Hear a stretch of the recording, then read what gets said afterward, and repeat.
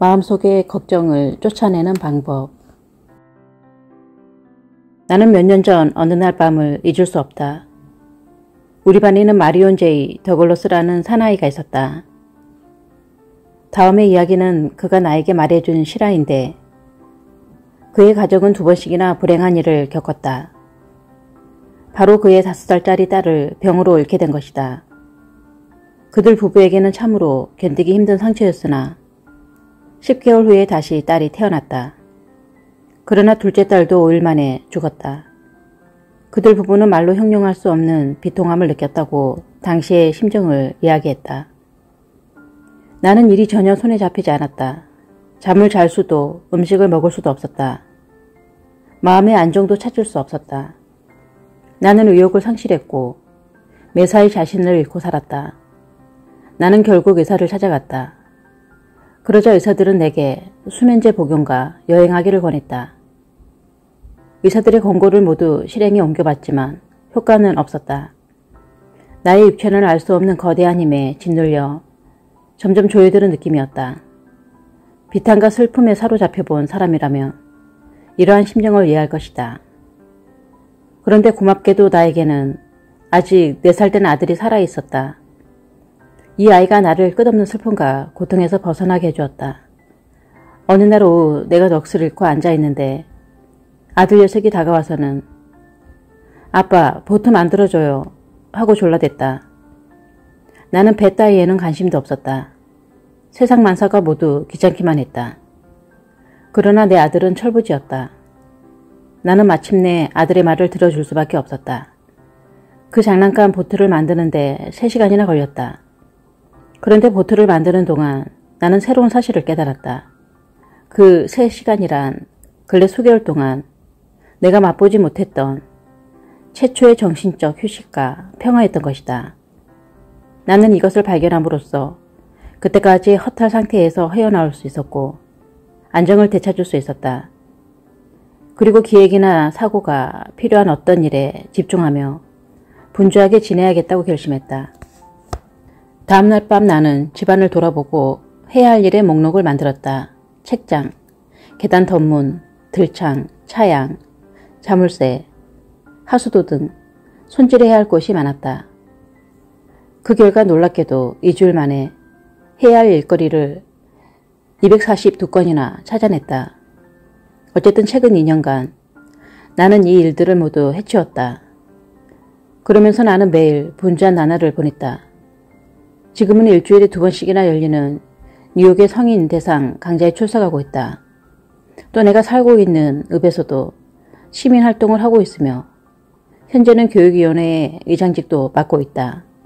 이 밖에 갖가지 회의에 참석하고 적십자나 기타 공공사업을 위한 모금운동을 한다. 나는 매우 바쁘기 때문에 걱정하고 있을 시간적 여유가 전혀 없는 것이다. 걱정만 하고 있을 시간적 여유가 없다. 이것이야말로 윈스턴 처칠이 세계대전 중 하루 18시간씩 일하던 때 한 말과 흡사하다. 나는 너무 바쁘다. 나에게는 걱정할 여유가 없다. 처칠은 그의 책임의 중대함 때문에 걱정하는 일이 없느냐는 질문에 이렇게 답했다. 찰스 캐더리도 자동차에 부착하는 자동 스타트 발명에 착수했을 때 처칠처럼 책임이 막중한 자리에 있었다. 그는 최근 은퇴하기까지 제너럴 모터스의 부사장으로 있으면서 제너럴 모터스 리서치 코퍼레이션을 주재했던 인물이다. 그러나 한때는 그도 몹시 가난해서 창고의 일부를 실험실로 사용했었다. 그는 식료품을 사기 위해서 부인이 피아노를 가르쳐서 번 돈 1,500달러를 쓰지 않으면 안 될 정도였다. 그 후에도 그는 생명보험에 불입금해서 600달러를 차용한 일까지 있었다. 내가 그의 부인에게 그럴 때 걱정하지 않았느냐고 넌저시 물어보았더니 그녀는 이런 말을 했다. 네, 저는 말할 수 없이 걱정이 되어 밤에 잠도 이룰 수 없었습니다. 그런데 주인 양반은 그렇지 않더군요. 그는 일에 몰두해서 걱정할 시간이 없었어요. 대과학자인 파스테르는 도서관과 실험실에서 만끽하는 평화의 즐거움을 말하고 있다. 어떻게 그런 곳에서 평화를 찾아볼 수 있는가?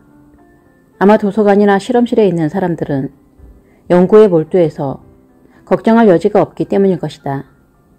연구에 전념하는 사람은 신경쇠약에 걸리는 법이 거의 없다. 그들에게는 그런 사치스러운 시간을 가질 여유가 없다. 분주해야 한다는 지극히 간단한 일이 어째서 걱정을 해소하는 데 도움이 되는 것일까? 그것은 심리학적으로 밝혀진 가장 기본적인 법칙 때문이다. 그런데 그 법칙이 아무리 훌륭하더라도 인간의 마음은 한 번에 한 가지 이상을 생각한다는 것은 절대 불가능하다. 당신은 이 사실을 믿지 않을지 모르겠다. 그렇다면 한번 실험해보자. 지금 곧 의자에 편히 앉아 눈을 감아라. 그리고 자유의 여신상과 내일 아침 당신이 하고자 하는 일을 동시에 생각해보라. 당신은 아마 그대로는 두 가지 생각을 할 수 있지만 동시에 그렇게 할 수 없음을 알았을 것이다. 하나의 감정은 또 다른 하나의 감정을 내쫓는다. 이 단순한 발견에 의해 세계대전 중 정신과의 군의관들은 기적을 낳게 했다. 전장에서의 무서운 경험을 겪고 후송된 상병들은 한결같이 정신신경증이라는 진단을 받았다. 군의관들은 그들을 분주하게 만들어주는 일이 무엇보다도 좋은 치료법이었다고 말하고 있다. 정신의 이상을 일으킨 사람들의 일상생활은 수면시간 이외에는 활동의 연속이었다. 낚시질, 사냥, 야구, 골프, 사진, 원예, 댄스 등 주로 5개의 활동이었다. 그들에게는 지난날의 무서운 경험을 돌이켜 걱정할 만한 틈이 주어지지 않았던 것이다.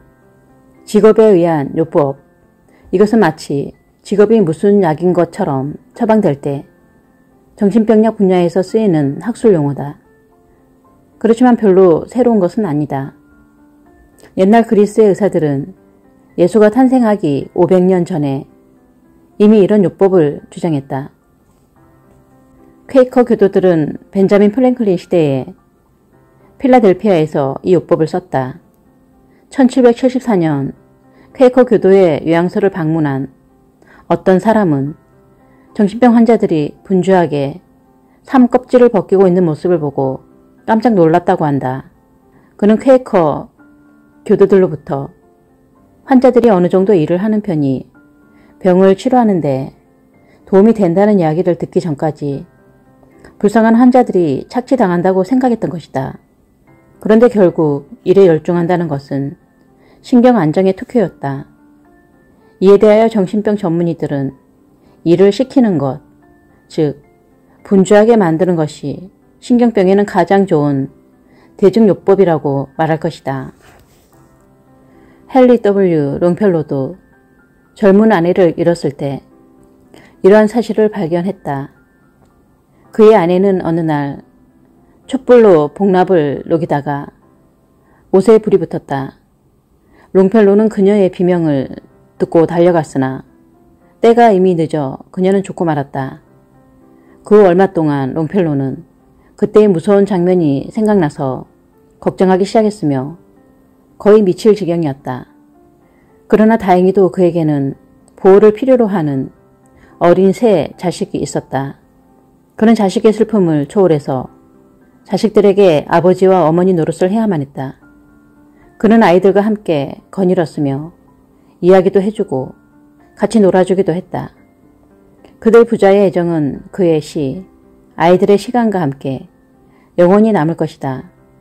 그는 또 아이들을 위해서 단테의 신곡을 번역했다. 이러한 여러 가지 일로 그는 매우 분주했기 때문에 자신의 슬픔을 잊어버리고 마음의 평화를 되찾을 수 있었다. 테니스는 자신의 친구 이아드 할람과 사별했을 때 이렇게 말했다. 나는 일에 몰두하여 나 자신을 잊어야 한다. 그렇지 않으면 절망 때문에 위축되고 말 것이다. 우리들 대부분은 매일 쉴 새 없이 일하고 있기 때문에 일에 몰두하기란 어렵지 않으나 그 일이 끝난 후에 시간이 위험하다. 자유롭게 자기 시간을 즐길 수 있고 가장 행복해야만 할 때 걱정이라는 악마가 우리들을 공격해 오는 것이다. 도대체 우리의 생활은 조금씩 향상되고 있는 것인가? 제대로 궤도에 올라와 있는 것일까? 부장이 아리송한 이야기를 하던데 그건 무슨 의미였을까? 난 벌써부터 머리가 벗겨지고 있는 건 아닐까? 등등. 온갖 걱정에 휩싸이게 된다. 본래 사람의 마음은 한가로울 때면 진공 상태에 빠지기 쉽다. 물리학을 배운 사람이라면 누구나 자연은 진공을 싫어한다는 사실을 알고 있을 것이다. 우리가 자주 볼 수 있는 가장 진공 상태에 가깝다고 할 수 있는 것이 백열전구의 내부다. 전구를 깨뜨려보라. 자연은 그 이론적 진공의 공간에 공기를 채울 것이다. 자연은 공허한 마음까지도 가득 채우려고 한다. 그렇다면 무엇으로 채우려고 하는가? 보통 때는 감정으로 충족시키려 든다. 왜냐하면 걱정, 공포, 증오, 질투, 선망 등의 감정이 원시적 활력에서 비롯되기 때문이다. 이러한 감정들은 맹렬하게 우리의 마음속에 있는 평화롭고 행복한 사상이나 감정을 몰아내려고 한다. 컬럼비아 대학의 교육학 교수 제임스 L. 머셀은 이러한 사실을 설계하고 있다. 걱정은 인간이 행동할 때에는 자취를 감추고 있다가 하루 일과가 끝날 무렵이면 가장 강력하게 공격해온다. 우리의 상상력은 이때 분방해지고 모든 종류의 그릇된 가능성을 불러들여 실수를 저지르게 만드는 것이다. 그리고 마음은 짐을 싣지 않고 달리는 마차처럼 질주하다가 바퀴축을 태워버리든가 산산조각으로 부서질 우려가 있다. 그러므로 걱정에 대한 치료법은 어떤 건설적인 일에 몰두하는 일이다.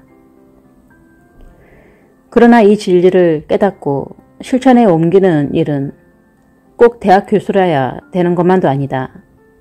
세계대전 중에 나는 시카고에서 온 어떤 주부를 만난 적이 있다.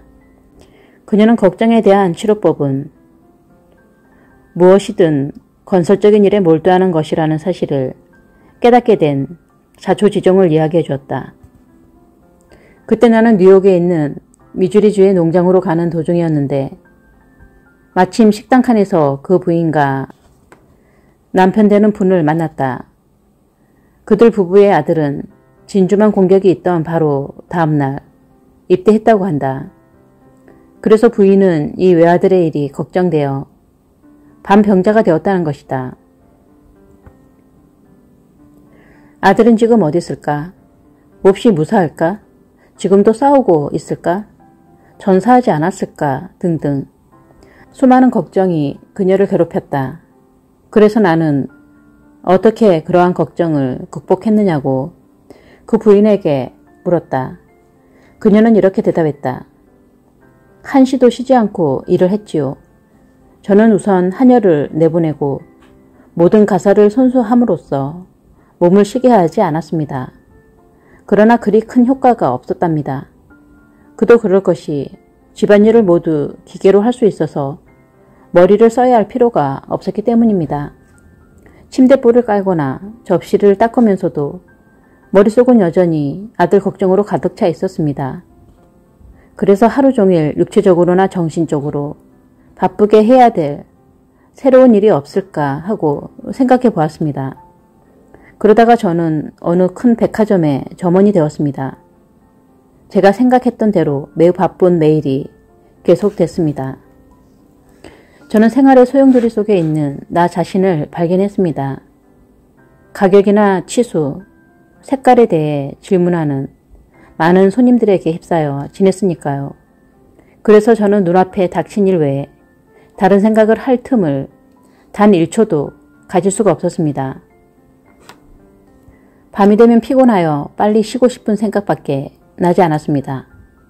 어쨌든 저녁 식사가 끝나자마자 즉시 침대에 쓰러져 골아떨어지는 것이었습니다.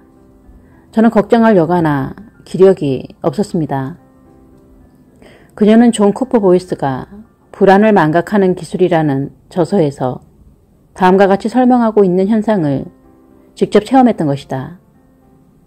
온갖 행복감, 심오한 내면적 평화, 행복한 마비 상태 등은 일정한 일에 몰두하는 인간의 신경을 진정시킨다. 이런 사실은 인간에게 있어 실로 다행한 일이다. 나는 세계에서 가장 유명한 여류 탐험가인 오사 존슨에게 그녀가 걱정과 슬픔으로부터 어떻게 해방될 수 있었는가를 직접 물었다. 당신도 나는 모험과 결혼했다라는 그녀의 저서를 잘 알고 있겠지만 이 책의 제목대로 그녀는 바로 모험과 결혼한 여자였다. 그녀는 16세 때 마틴 존슨과 결혼했다. 그리고 캔자스에서 비행기를 타고 보르네오의 밀림지대에 착륙했다. 그로부터 약 25년간 이 부부는 온 세계를 탐험했던 것이다. 그리고 아시아와 아프리카에서 멸종되어가는 야생동물의 생태를 영화화했다. 이들은 9년 전에 미국으로 들어와서 촬영해온 영화를 방영하면서 강연을 다녔었다. 그런데 덴버에서 태평양 연안으로 가는 도중 그들이 탔던 비행기가 산과 충돌해 마틴 존슨은 즉사하고 말았다. 의사는 오사 존슨도 재기불능이라고 진단을 내렸다. 그러나 그 의사들은 오사 존슨이라는 인간을 모르고 있었다. 3개월 후 그녀는 앉아있는 청중 앞에서 강연을 할 수 있었다. 사실 그녀는 이 무렵에 이미 100회 이상이나 강연을 했던 것이다.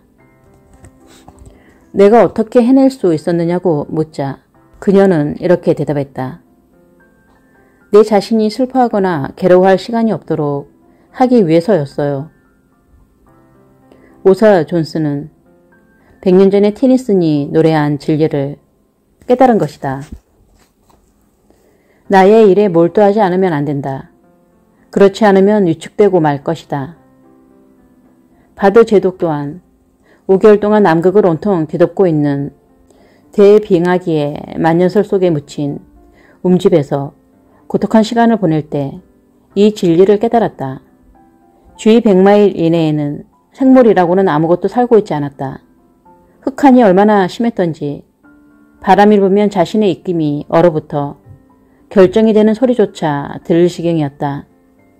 그는 저서인 혼자서에서 그가 경험한 사람을 난처하게 만들고 정신을 약화시키는 암흑에 대해 진술하고 있다. 그곳은 밤이든 낮이든 언제나 어두웠다. 그는 정신을 잃지 않으려고 언제나 바쁘게 움직일 수밖에 없었다. 밤에 등불을 끄기 전에 나는 매일 아침 해야 할 일을 계획하고 습관을 길렀다. 한 가지 예를 들면 대피용 굴을 파는데 1시간, 눈을 치우는데 30분, 식료품을 저장하는 굴 속의 책장을 만드는데 1시간, 썰매 고치는데 2시간. 이렇게 계획표를 작성하는 것은 훌륭한 차관이었다. 이로써 나는 평상심을 지킬 수가 있었다. 목적 없는 나날이 계속되었다면 생활은 무너지고 말았을 것이다.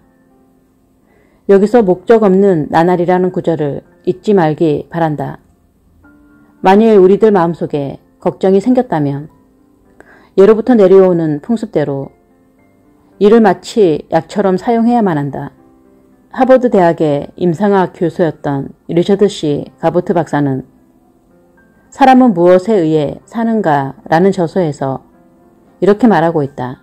나는 한 사람의 의사로서 의욕, 동요, 공포로부터 일어나는 영혼의 마비 상태에 대해 걱정하는 많은 사람들이 일을 함으로써 치유되었다는 신뢰를 목격했던 것을 매우 다행으로 생각하고 있다.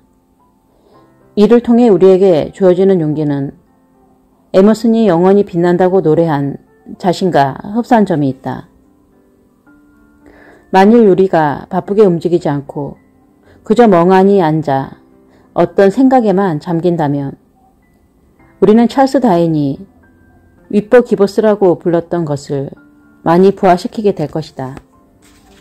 이 위퍼 기버스라는 것은 오래된 작은 악마와 같은 것인데 그것에게 붙들리면 우리의 행동력이나 의지력은 꺾이고 만다.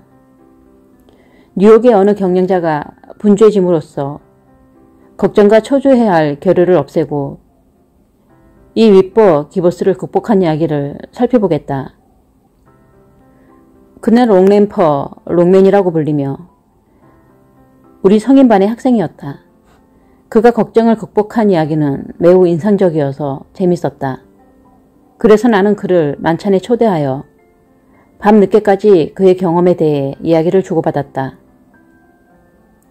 10년 전 나는 심한 걱정 끝에 불면증에 걸렸다. 나는 극도로 긴장하고 초조해한 나머지 신경 과민이 되고 말았다. 나에게는 걱정해야 할 이유가 없었다. 나는 뉴욕 크라운 프로앤드 익스트랙트 회사의 격리계를 맡고 있었으며 이미 20년간이나 통조림을 아이스크림 제조업자에게 팔아왔던 것이다. 그런데 갑자기 그 거래가 끊어졌다. 대규모 아이스크림 제조업자가 많은 딸기를 사들여서 생산을 증대시킨과 동시에 돈과 시간을 절약하기 시작했다. 그러니 50만 달러의 딸기가 재고품으로 남게 되었을 뿐 아니라 이후 1년간 100만 달러어치의 딸기를 매입한다는 계약도 되어 있었다. 우리는 그때까지 25만 달러의 돈을 은행으로부터 차용하고 있었지만 이제는 그것을 갚을 능력도 없었고 또 지불도 연기할 수 없었다. 이쯤 되자 내가 걱정하기 시작한 것도 무리가 아니었다. 나는 공장이 있는 캘리포니아로 달려갔다. 그리고 사장에게 사정이 급변해 버렸다는 것과 회사가 파산 상태에 놓여 있다는 사실을 보고하려 했다. 그런데 그는 현실을 받아들이지 않고 그 책임은 뉴욕 사무소에 무능함에 있다고 욕설을 퍼부었다. 며칠 동안 설득한 끝에 딸기 통조림 제조를 중지시키고 나머지 딸기들 그대로 샌프란시스코 청과시장에 팔기로 했다. 그것으로 문제는 거의 해결되어 나의 걱정도 마땅히 해소되어야 했을 터인데 그렇지가 않았다. 걱정은 습관인 것이다. 그래서 나는 그 습관을 갖게 된 것이다. 나는 이런 생활을 약 3개월이나 계속했다. 그리하여 나는 걱정하는 습관에서 벗어났으며 그 후로는 하루 7에서 8시간이라는 정상적인 업무 시간을 회복했다. 벌써 18년 전의 일이지만 지금까지 나는 불면증이나 걱정으로 괴로워하지 않고 즐겁게 살고 있다. 조지 버나드 쇼의 말은 정당하다. 그는 단지 몇 마디로 그의 생각을 설파하고 있다. 괴롭게 되는 비결은 자신이 행복한가 행복하지 않은가를 생각해보는 여유를 가지는 데 있다. 그러므로 쓸데없는 생각에 몰두하지 말아야 하며 몸을 쉬게 해서는 안 된다. 바쁘게 움직여라. 이것이야말로 걱정에서 벗어나는 가장 효과적인 방법이다. 언제나 바쁘게 살 것. 걱정이 있는 사람은 일에 몰두하지 않으면 위축되고 말 것이다. 온갖 걱정을 추방하는 법칙. 나는 미주리주의 한 농장에서 자라났는데 어느 날 어머니의 앵두 따는 것을 돕고 있다가 울음을 터뜨렸다. 데일, 갑자기 왜 울지? 산채로 매장당하면 어떻게 하나 무서워요. 그 무렵 내겐 모든 것이 고통스러웠다. 비온 날에 번개가 치면 벼락에 맞아 죽지는 않을까 겁이 났다. 나라 경제가 불경기일 때는 당장 굶지는 않을까 걱정했다. 또한 죽으면 지옥에나 가지 않을까 무척 두려워했다. 심지어는 나보다 나이 많은 샘 화이트가 나의 큰 길을 잘라버리지는 않을까 은근히 근심하곤 했다. 그도 그럴 것이 그는 늘 그런 말로 나를 놀라게 했기 때문이다. 나는 어찌나 걱정이 많았던지 모자를 벗어들고 인사하다가 여자애들이 그것을 보고 깔깔대고 웃지는 않을까 하고 주저했었다. 그리고 나와 결혼해줄 여자가 한 사람도 없을지 모른다고 고민했으며 결혼 직후에는 아내에게 무슨 말을 해야 할지도 걱정이었다. 결혼한다면 시골 어느 조그만 교회에서 결혼식을 올리게 되겠지. 그리고 장식한 사륜마차로 농장에 돌아오게 될 텐데 그때 마차 속에서 그녀에게 무슨 말을 해야 할까? 그것도 걱정이었다. 나는 밭을 갈면서 이러한 실로 중대한 문제 해결을 위해 골머리를 앓았던 것이다. 그러나 나이가 들면서부터 내가 걱정하고 있는 것의 90%는 결코 일어나지 않는다는 것을 깨달았다. 예를 들어 나는 그토록 폭례를 두려워했었지만 지금은 1년에 벼락 맞아 죽는 사람이 35만 명 중에 한 사람 꼴밖에 안 된다.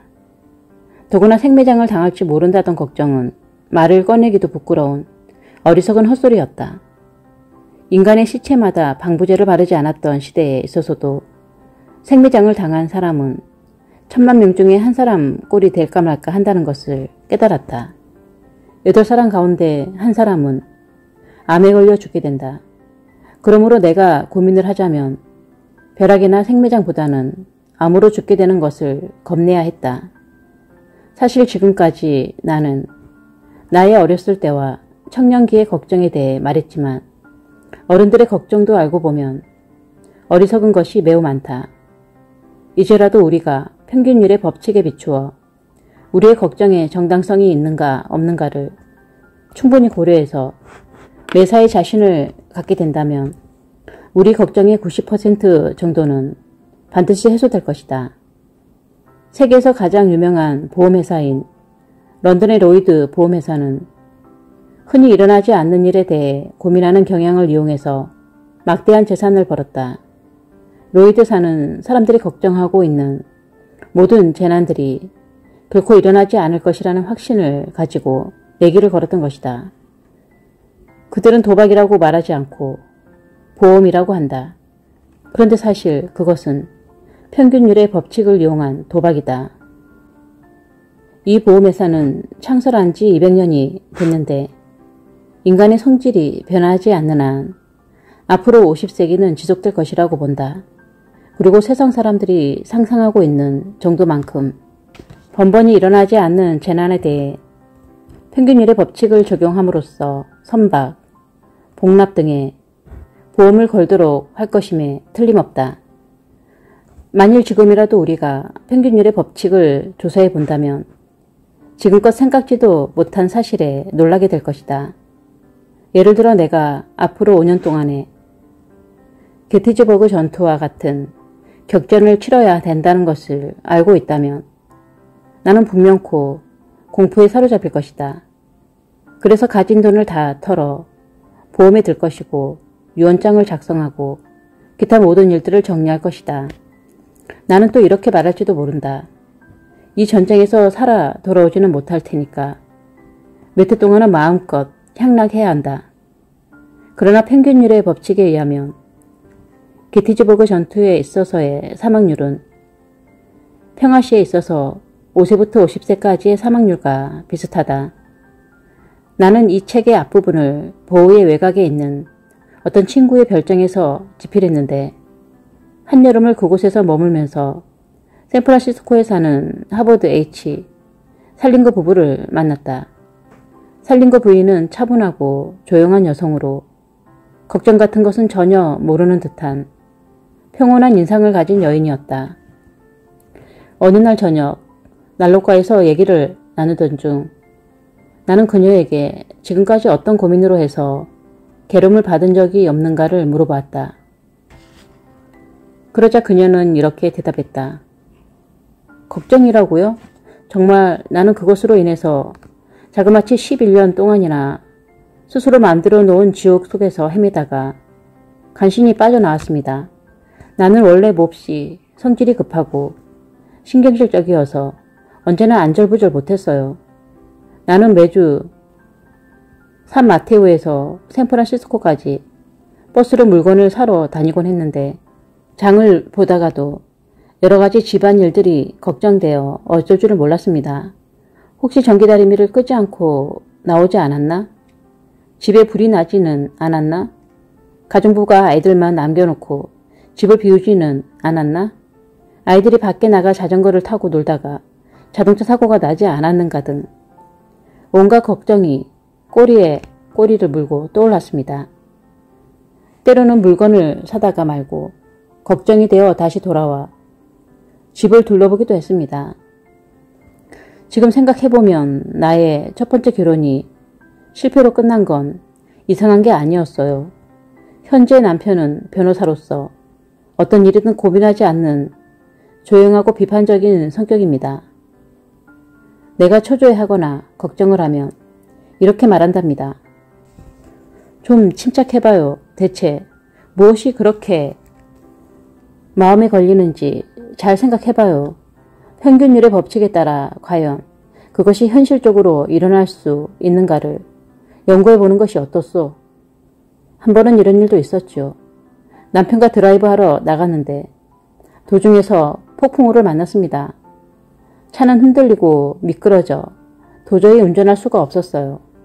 나는 금방이라도 차가 수렁에 빠질 것만 같아 겁이 났습니다. 그러나 남편은 이렇게 말했어요. 나는 침착하게 운전하고 있으니까 괜찮아. 차가 수렁에 빠졌다 하더라도 평균율의 법칙에 따라 상처는 입지 않을 테니까 걱정 마. 그의 침착성과 자신감이 나를 진정시켰죠. 어느 해 여름에는 캐나다 로키 산맥 일대에 한 계곡으로 캠핑을 가서 해발 7,000피트 지점에서 야영하던 중 폭풍우를 만났습니다. 텐트가 바람에 심하게 흔들려 금방 무너질 것만 같았습니다. 나는 두려움에 부들부들 떨었지만 남편은 여전히 태연하게 말하더군요. 여보, 우리는 지금 안내원과 같이 있다고. 안내원들은 이런 경우에 어떻게 대처해야 할 것인지 정확히 알고 있어요. 그들은 60년 동안이나 텐트를 치고 산속에서 살았잖아. 이 텐트만 하더라도 오래전부터 이곳에 있었는데 바람이 날아갔던 적은 없었어요. 평균율의 법칙을 따져보더라도 오늘 밤 재난을 당하지 않을 거야. 만일 날아간다면 다른 텐트로 옮기면 되고, 그러니까 그렇게 걱정하지 마. 나는 남편의 말을 듣고 마음을 가라앉힐 수가 있었습니다. 그리고 그날 밤 푹 잘 수 있었죠. 4, 5년 전에 소아마비가 캘리포니아 지방에 굉장히 유행했습니다. 나는 히스테리를 일으킬 지경이었는데 남편은 나를 안심시켰습니다. 우리는 가능한 한 조심했습니다. 사람들이 많은 장소에는 아이들을 보내지 않았으며 학교를 쉬게 했고 영화 구경도 가지 못하게 했습니다. 그때 위생국에 보고를 조사해본 결과 지금까지 캘리포니아에 가장 심하게 소아마비가 유행하던 때도 이 병에 걸린 아이들은 온 주를 통틀어 1135명이었고 보통 때는 200에서 300명 정도였습니다. 물론 이것도 불상사임에는 틀림없지만 평균율의 법칙에 의하면 아이들이 이 병에 걸릴 확률은 극히 적다는 것을 알게 되었습니다. 어쨌든 이 평균율의 법칙에 의하면 그러한 일은 일어나지 않을 것이다 라는 믿음이 내 걱정의 90%를 제거해 주었습니다. 그리고 그 믿음은 과거 20년 동안이나 나의 생활을 아름답고 평화롭게 만들어 주었습니다. 미국 역사상 최대의 인디언 투사인 조지 크루크 장군은 그의 자서전에서 이렇게 진술하고 있다. 인디언의 모든 걱정과 불행의 대부분은 그들의 사상에서 생기는 것이지 현실에 의한 것이 아니다. 나도 과거를 돌이켜보면 나의 걱정의 대부분이 그랬다는 것을 알 수 있다. 짐 그랜튼의 경우도 그랬다. 그는 뉴욕의 제임스 A. 그랜트 운수회사의 경영자였다. 그는 플로리다산 오렌지와 포도를 한 번에 10에서 15대분을 주문했는데 언제나 다음과 같은 걱정으로 고민했다는 것이다. 혹시 차가 전복되지 않을까? 과일들이 도로에 흩어지지 않을까? 다른 차와 충돌하는 사고가 나지 않을까? 물론 하물에는 보험을 들었지만 기일 내에 과일을 배달하지 못하면 거래처를 잃게 되는데 또한 그는 위암에 걸린 게 아닌가 걱정이 되어 의사를 찾아갔다. 결과는 별 이상이 없었다. 그는 의사의 말을 듣고 겨우 마음을 놓았다고 했다. 그러면서 그는 나에게 이렇게 말했다. 그래서 나는 스스로에게 물어보았다. 짐 그랜트, 자네는 지금까지 몇 대의 화물차를 취급했지? 약 25,000대. 그렇다면 그 중에 몇 대나 사고를 냈지? 글쎄, 5대 정도일까? 여기서 나는 자신있게 타일렀다. 25,000대 중에 5대 정도? 그러면 5,000대 1의 비율이 아닌가. 평균율의 법칙에 의하면 화물차 한 대가 전복할 위험률은 겨우 5,000분의 1에 지나지 않은데 그걸 가지고 무얼 그리 근심하나? 다시 걱정거리가 고개를 내밀었다. 철교가 무너질지도 모르지 않나? 잠깐만 기다리게. 지금까지 철교가 무너져서 몇 대의 차가 손해를 보았는가? 한 대도 없었어. 자네는 바보로군. 한 번도 일어나지 않았던 철교의 사고나 5,000대 1의 위험률밖에 없는 전복사고를 근심하다가 위암이 생긴 게 아닌가 걱정하다니. 그렇게 생각하니까 나의 어리석음이 부끄러워지면서 마음이 편안해졌다. 그때부터 나는 걱정에는 평균율의 법칙을 적용하기로 결심했다. 그리고 그 이후로는 위암 따위의 공포로 괴로워하지 않게 되었다. 알 스미스가 뉴욕 지사로 있을 때 나는 그가 이렇게 말하는 것을 들었다. 정치적으로 대립관계에 있는 사람의 공격에 대해 언제나 기록을 조사해보고 사실을 파악하자. 만약 당신이 일어날지도 모르는 일에 대해서 고민하고 있다면 현명한 알 스미스의 충고에 따라 기록을 조사해보고 우리들을 괴롭히고 있는 불안이 어느 정도의 근거가 있는가를 검토해보자. 프레데릭 제이 마스테트는 걱정으로 말미암아 거의 죽어가게 되었을 때 그 공포를 물리쳤다는 자신의 놀라운 경험을 다음과 같이 말해주었다. 1944년 6월 초 나는 오마하 해안에 가까운 좁은 참호 속에 있었다. 나는 제 999 통신중대의 일원으로서 노르망디에서 땅 두더지 같은 참호를 파고 그 속에서 지내고 있었다. 좁고 긴 참호에 누워 잠을 청하려니 무덤 속에 있는 것만 같았다. 그래서 이건 나의 무덤이 될지도 몰라 하고 중얼거렸다. 그러다가 밤 11시쯤 독일군의 폭격기가 나타나서 폭탄을 투하하자 나는 공포에 질려 어쩔 줄을 몰랐다. 처음 며칠 동안은 전혀 잠을 이룰 수가 없었다. 4, 5일 후에는 완전히 신경쇠약에 걸렸다. 그대로 있다가는 정말 미칠 것만 같았다. 그때 문득 오늘로 5일째인데 나는 아직도 살아있구나 하는 생각이 떠올랐다. 나뿐만이 아니라 다른 친구들도 무사했다. 부상자가 2사람 정도 발생했지만 독일군 폭탄 때문이 아니라 아군의 고사포 파편에 맞았던 것이다. 나는 어떤 건설적인 일을 함으로써 고민을 제거하자고 결심했다. 그래서 참호 위에다 파편을 막기 위한 두꺼운 나무 토막의 지붕을 만들었다. 나는 우리 부대가 담당하고 있는 넓은 지역을 생각해 보았다. 이 좁고도 깊은 참호 속에서 내가 죽게 될 유일한 위험은 폭탄이 나의 참호 속에 직접 떨어지는 경우다. 그런데 직탄에 맞을 확률은 만에 하나가 될까 말까다. 이렇게 생각하자 마음이 가벼워졌으며 2, 3일 후에는 심한 폭격 속에서도 태연히 잠을 잘 수가 있었다. 미 합중국 해군은 장병들의 사기를 올리기 위해 평균율의 법칙의 통계를 이용하고 있다. 예전에 해병이었던 사람은 다음과 같이 말해주었다. 해군에 있을 때 그와 그의 친구는 고옥탄 유조선에서의 근무를 명령받고 매우 걱정하고 있었다. 고옥탄 가솔린을 적재한 유조선이 어뢰를 맞게 되면 배가 폭발하고 자신들은 모두 산산조각이 되어 죽는 줄로만 믿었던 것이다. 그러나 미 합중국 해군은 사실이 그렇지 않다는 것을 알고 있었다. 그래서 정확한 숫자를 공표했다. 그것에 의하면 의뢰에 명중된 100척의 유조선 중에서 61척은 침몰하지 않았으며 침몰한 40척도 10분 이내에 침몰한 것은 겨우 5척에 지나지 않았다. 결국 배에서 대피할 시간적 여유가 충분하다는 것과 사상자가 극히 소수에 지나지 않는다는 것을 나타내는 것이다. 그렇다면 이러한 사실은 두려움에 사로잡혀 있던 해군들의 사기를 북돋우는데 도움이 되었을까? 해병이었던 그라이드 W. 메스는 내게 말했다. 평균율의 법칙에 관한 지식은 우리의 불안을 해소시켰다. 기록을 조사해보자. 그리고 자문자답해보자. 지금 당장 일어날지도 모른다고 해서 걱정하고 있는 그 일이 사실로 일어날 것인가?